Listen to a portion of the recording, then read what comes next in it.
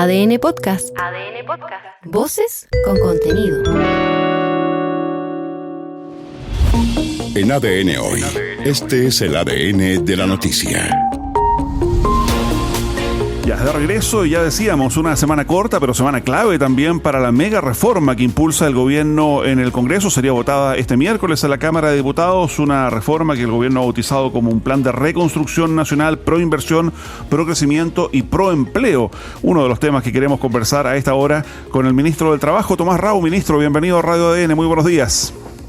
Buenos días, Mauricio, un gusto estar aquí con ustedes. Bienvenido, ministro, muy buenos días. Oiga, partamos por lo más general, lo que va a pasar esta semana. Hemos hablado de horas clave, ¿está confiado en lo que va a pasar el miércoles, particularmente en la sala?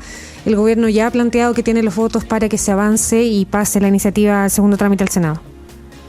Buenos días, Paula. A ver, más que confiados, nosotros como gobierno hemos hecho un trabajo bastante detallado, no solo en una serie de medidas, como se decía recientemente, pro crecimiento, pro inversión, pro empleo, y obviamente el trabajo prelegislativo y ahora el trabajo en el Congreso también está siendo muy intenso y hemos ido concitando apoyos porque acá no hay que perder nunca el norte, que nosotros necesitamos reactivar la economía de este país, que lleva más de una década estancada y no es capaz de generar empleo y oportunidades para todos. Entonces, estamos trabajando fuertemente en eso. Ya, sin embargo, una de las medidas que tienen que ver con su cartera, ministro, es una de las que genera más resistencia, ¿no? Que es el crédito tributario al empleo. Yo sé que en la Comisión de Hacienda le introdujeron indicaciones, vamos a estar hablando de eso, modificaciones, no convencen totalmente a la oposición y desde su mismo sector, y esto se lo deben haber preguntado mucho, consideran que es recontra mala, tal como ha planteado, por ejemplo, Evelyn Matei, que además economista, dan cuenta de lo caro, de lo incierto, del resultado, de la eficacia de la promesa. Mire, efectivamente ha generado un debate no solo en torno a esa propuesta, sino otras también. Y yo siempre he pensado que es legítimo debatir, y para eso también está el Congreso, ¿cierto? Para tener una conversación informada. Es muy importante, eso sí, indicar lo siguiente, Paula. Si la economía no crece, no vamos a generar empleos, incluso con los mejores subsidios traídos de las mejores experiencias internacionales. Acá de repente tenemos una fe ciega en los instrumentos, pero a veces mucho más sencillo, ¿sí? Si la economía no crece, no genera empleo, tengamos o no los mejores subsidios. Si puede ser perfectible la propuesta, claro, eso se puede discutir, pero acá yo creo que hay que tomar también, como se dice, la reforma completa. Esta es una reforma pro inversión, pro crecimiento y pro empleo con distintos instrumentos, y usted me está mencionando uno de esos. Claro, lo que pasa es que han planteado precisamente eso, ¿no? Que los riesgos se pueden mitigar primero, y han dicho otros economistas que el sobreestimar el crecimiento, que es fundamentalmente la apuesta global de este proyecto y del gobierno, y la recaudación es más riesgoso que subestimarlo, digamos. En la segunda parte de su afirmación, por supuesto, que estoy muy de acuerdo. Uno no puede llegar y sobreestimar ingresos como ocurrió sistemáticamente en la administración anterior. Y aquí no se ¿cierto? están sobreestimando ingresos, no se está poniendo todas las fichas en un crecimiento sin compensaciones. ¿También es lo que tiene que ver con el empleo? Sí, Paula, nosotros pensamos que la proyección de ingresos del informe financiero es bastante razonable. Acá no estamos asumiendo un crecimiento de 4% en los 4 años. Si se revisa bien el informe, es más bien en torno a 2,8, ojalá convergiendo a 4 en el año final de nuestro gobierno. Pero por supuesto que hay que tomar en consideración la sostenibilidad fiscal, es algo que como gobierno hemos estado trabajando. Y bueno, la verdad que por otro lado también es muy importante que ahora las recomendaciones del Consejo Fiscal Autónomo sean escuchadas por todos los sectores, y hasta hace poquitos meses atrás no. Ahora, ministro Rau, solo recordar, digamos, antes de que usted asumiera en el ministerio, ya era un destacado académico, consultor, investigador por 5 años, director del Instituto de Economía de la Universidad Católica, y desde ese rol también, ¿cómo ve el debate que se ha generado en el Parlamento respecto de si este proyecto, si esta mega reforma que impulsa el gobierno va o no va a generar empleo? ¿Va a crear empleos esta mega reforma? en la medida que logremos reactivar la economía, que hay buenas señales, hemos tenido récord de inversión en los últimos meses, ¿sí? Eso primero también hay que relevarlo, ¿sí? Entonces, en la medida que podamos destrabar la inversión, que podamos en el fondo ejecutar esos proyectos, porque hasta hace poquito usted sabe, Mauricio, que desde que usted iniciaba, por ejemplo, un proyecto de una planta desaladora, hasta que la ponía en marcha pasaban 11 años. Entonces, no solo necesitamos más proyectos de inversión, sino tenemos que avanzar, por supuesto, en el tema de permisos sectoriales. En la medida que logremos hacer eso, y para eso necesitamos el apoyo de todos, porque esto es un desafío país, ¿sí? Eso va a ocurrir. Por supuesto que nosotros no solo tenemos que, como se dice, como más coloquialmente, tenemos que caminar y mascar chicle también, ¿cierto?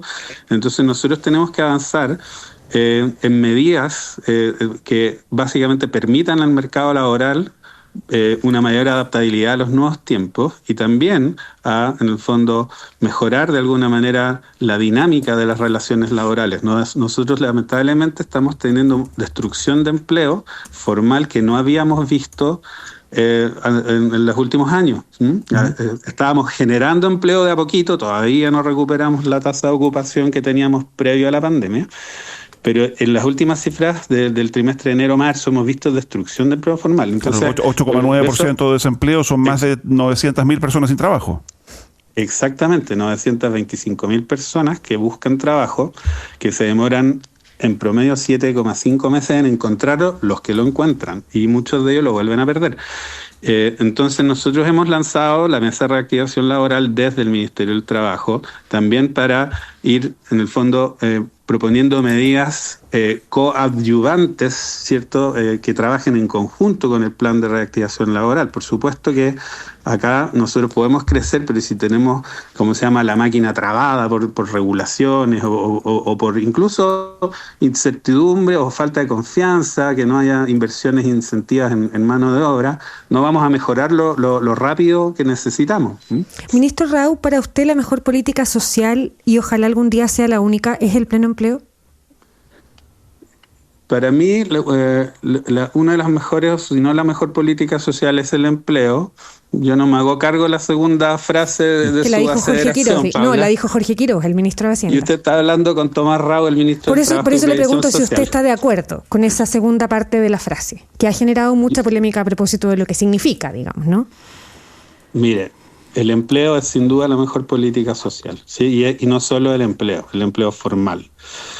Hay otras políticas sociales que son cruciales, ¿sí? En salud, en educación. Tenemos desafíos. Imagínense que tenemos más de la mitad de la población, no solo que no entiende lo que lee, que no es capaz de hacer una regla de 3, de calcular un porcentaje.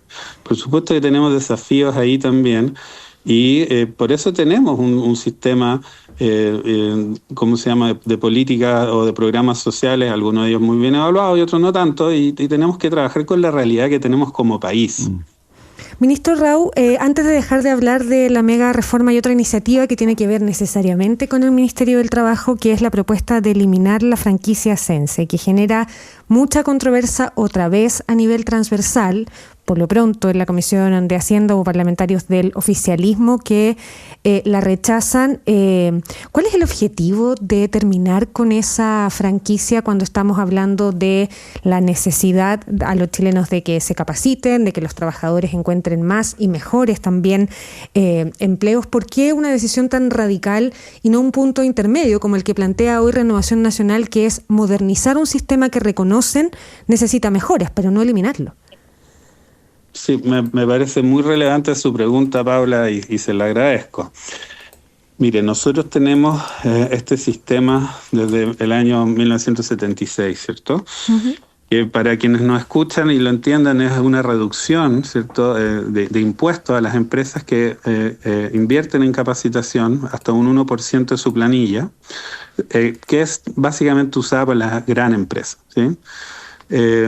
Yo es de público conocimiento que formé parte de la Comisión Larrañaga, uh-huh, que el año 2011 entregamos un informe a la ministra del Trabajo de la época, doña Evelyn Matei, en la cual encontramos que la capacitación que estaba siendo financiada por la franquicia tributaria no tenía efectos medibles significativos ni en empleabilidad ni en remuneraciones. ¿Okay? Ese fue el informe de Larrañaga. Se hizo una serie de recomendaciones, hubo proyectos de ley que lamentablemente no prosperaron en el Congreso. Tiempo ha pasado desde el 2011.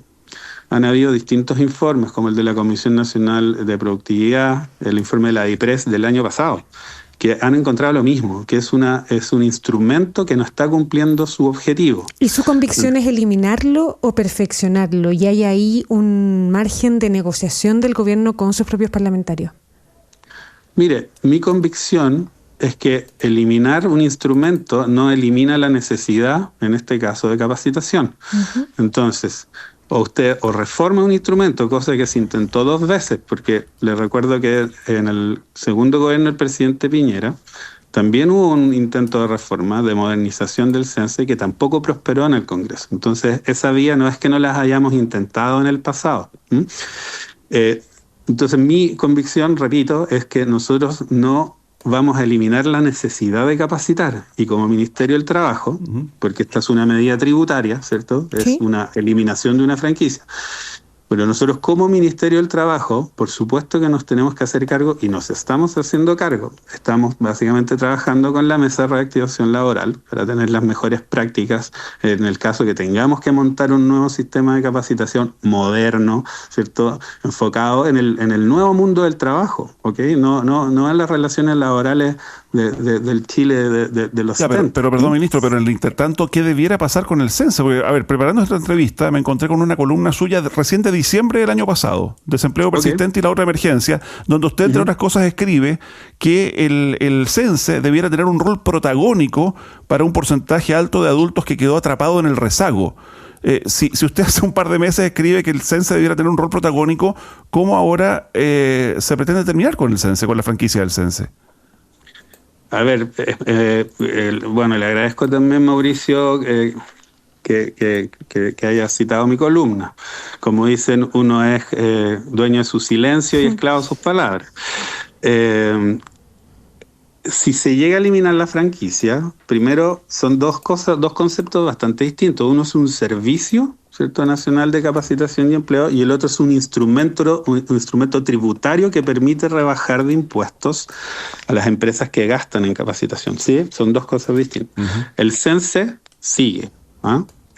Eso es importante destacarlo. Entonces, o sea, con esta propuesta, con esta mega reforma, no se termina el CENSE. Lo que se termina es la franquicia. Pero si se termina la franquicia, ¿no se termina el CENSE? No. Si se llega a terminar la franquicia, se va a montar un mecanismo nuevo, ¿sí? ¿Que se va a llamar como CENSE? Lo voy a repetir. No, a ver, si vamos a echar talla, Mauricio. No, por favor. No, lo que pasa es que usted me está diciendo que si se termina la franquicia, ¿cómo le vamos a llamar al nuevo instrumento si le vamos a llamar CENSE? Entonces lo que yo le he dicho es que son dos cosas distintas. Uno es un Servicio Nacional de Capacitación y Empleo que tiene distintos instrumentos, ¿sí? Tiene otros programas sociales y otros programas, de capacitación, como Talento Digital, entonces tiene subsidios, ¿cierto? Tiene otras herramientas. Si se elimina la franquicia tributaria, cosa que no sabemos qué va a pasar en el Congreso a todo esto, hay que montar un nuevo mecanismo que, no sé, quizás no sé cómo lo vamos a llamar, porque estamos trabajando en eso. Tenemos a la Mesa de Reactivación Laboral, que ya recibió más de 20 propuestas, Mauricio, en una semana, que van a comenzar las audiencias.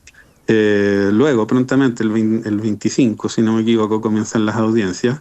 Y nosotros, a mediados de junio, un poquito antes, entre el 12 y el 15 de junio, ya deberíamos tener un preinforme o un informe con recomendaciones. Entonces, lo que yo le quiero decir, desde el Ministerio del Trabajo, nos estamos haciendo cargo de esta realidad, de esta propuesta, que es una propuesta tributaria, ¿ok? Es algo que nos toca vivir como Ministerio del Trabajo, pero que no desconocemos la importancia de la capacitación en Chile. Estamos conversando con el ministro de Trabajo y Previsión Social, Tomás Raua, a esta hora en ADN Hoy. Ministro, hablemos de empleo, porque las cifras son súper preocupantes. Usted ha mencionado ya varias veces durante la entrevista esta mesa de reactivación. Estamos hablando de un desempleo que ha escalado en Chile al 8,9% y que la región región metropolitana tiene una informalidad tiene 9,6% con una informalidad también en un alto nivel, ni hablar del empleo femenino. En estas propuestas que usted dice ya son más de 20 que ha presentado la Mesa Técnica por el Empleo, recordar que este gobierno ha prometido la creación de 300.000, se ha puesto énfasis, por ejemplo, en la Sala Cuna Universal. Hay un compromiso del gobierno de presentar indicaciones a ese proyecto. ¿Y qué se ha dicho del salario mínimo? Que el gobierno redobló, de alguna manera, la cifra de reajuste en el Congreso durante estas semanas de 7.000 a algo cercano a los 14.000. Sí, gracias por la pregunta, Paula. Mire, ¿quién más que un ministro del Trabajo y Previsión Social hubiese preferido heredar una situación distinta? Hay, lamentablemente, no me gusta decir esto, pero hay frases que envejecen mal y otras que envejecen mejor, ¿cierto? Pero hay aquellas que no envejecen. Y lamentablemente, emergencia laboral es una de las que no envejece y que yo jamás quise ni pensé tener que repetir. Usted mencionaba 8,9% de desempleo, son 925.000 personas que buscan trabajo y no lo encuentran. Son 39 meses seguidos sobre el 8%, que no habíamos visto eso. Entonces la situación sin duda que es muy preocupante. Usted mezcla en la pregunta. Es que no sé si lo mezclo. Digo, ¿cómo aparecen como elementos en esta discusión para reactivar el empleo el tema de los salarios? En particular el salario mínimo, que para muchas personas no solo el tema es encontrar trabajo, sino encontrar un trabajo con un salario decente. Y lo otro, en el caso del empleo femenino, según expertos, expertas y bien transversalmente, el tema de la Sala Cuna Universal es una de las grandes medidas, digamos, ¿no? A ver, aquí me gustaría, y aprovecho también la oportunidad de hablar con mucha claridad. Uh-huh. El tema Sala Cuna está en el programa de gobierno. Nosotros hemos retomado el proyecto que estaba en discusión. Nosotros tenemos plazo hasta el 15 de junio para presentar indicaciones y lo vamos a hacer. No es opcional para nosotros. El tema Sala Cuna no solo va, por supuesto, a incentivar el empleo femenino, que está con una tasa de desempleo muy alta, como se mencionaba anteriormente, claro. ¿Cierto? De 2 dígitos, exactamente, sino también viene a terminar con una discriminación que está consagrada en el Código del Trabajo, que es el artículo 203. No hay que olvidarse de eso, ¿sí? Que encarece de alguna manera el costo de contratación de mujeres en empresas con 20 mujeres o más. Entonces, eso es algo que nosotros estamos haciendo y vamos a presentar las indicaciones ahora antes del 15 de junio. ¿Ok? Uh-huh. Respecto al salario mínimo, es importante también decir 2 cosas. Hay 925.000 personas que ganan 0, ¿sí? Que no llegan ni siquiera a tener un empleo con un salario mínimo. Y hay otras 850.000 que efectivamente ganan el salario mínimo. Hay un estudio que ha sido latamente difundido, que es el del Banco Central, que ha mostrado que las alzas del salario mínimo ocurridas en los años anteriores tuvieron efectos negativos en el empleo, ¿sí? Y además hemos visto que en los últimos 17 de los 18 meses las pymes han estado destruyendo empleo formal. Entonces, cualquier alza del salario mínimo, siempre lo dijimos, tenía que ser con una dosis de realidad, ¿sí? ¿Los 14.000 pesos es el máximo que el gobierno va a poner sobre la mesa en la negociación ahora en el Congreso? Los 14.000 pesos obedecen al IPC acumulado entre los meses de enero a abril de este año. Es que entró con 7.000, claro. Porque no conocíamos la cifra de IPC cuando tuvimos que presentar el proyecto el 30 de abril. ¿No se van a mover del reajuste del IPC entonces? Nosotros lo que hemos dicho es que no queremos que el salario mínimo pierda el poder adquisitivo. Entonces, tiene que reajustarse IPC. Si es que en las conversaciones que todavía pueden quedar surge algún nuevo acuerdo, estamos ahí expectantes, pero nosotros no podemos seguir destruyendo empleo, y menos empleo formal. Uh-huh. Ministro, una última pregunta, al menos de mi parte, porque ya estamos sobre el tiempo, pero en su aspecto de ministro del Trabajo... Tengo que ir al Congreso, Mauricio. Sí, por lo mismo, sí. En el aspecto de previsión social, está partiendo el gobierno, llevan 2 meses en ejercicio y sabemos, estamos en una situación de bajas pensiones y de un aumento de las expectativas de vida. ¿Es deseable o dentro de su trabajo, digamos, como ministro, el aumentar la edad de jubilación en Chile? Esa es una muy buena pregunta que ronda siempre, pero que nadie se hace cargo. Mire, primero las pensiones han mejorado gracias a la PGU y gracias a algunos elementos de la reforma que ya se implementaron, como el bono tabla, ¿cierto? Y el bono de cotizaciones. Por supuesto que cualquier gobierno quisiera tener mejores pensiones y eso también es parte de nuestra tarea. Hay incentivos para que las personas jubilen después, por ejemplo, en el caso de las mujeres, que en lugar de que jubilen a los 60, que es la edad legal de jubilación, hay incentivos para que lo hagan a los 65, la propia PGU y los bonos de cotizaciones. De momento, las políticas han ido más orientadas a los incentivos que a un cambio legal en la edad de jubilación, quizás probablemente por temas políticos, ¿cierto? Nosotros tenemos que, dado el aumento de la expectativa de vida, tenemos que tener un sistema previsional sostenible, financieramente sostenible. Eso ¿Pero este es un tema que en algún momento se debiera tocar? ¿Se debiera abordar? Yo creo que en algún momento se debería abordar. De momento estamos más por el lado de los incentivos, pero obviamente yo me abro, por supuesto, esa conversación en el futuro. Ministro Tomás Rau, ministro de Trabajo y Previsión Social, gracias por esta conversación con ADN hoy. Muchas gracias a ustedes. Hasta luego, Paula. Hasta luego. Escucha el análisis y noticias todos los días en ADN Hoy.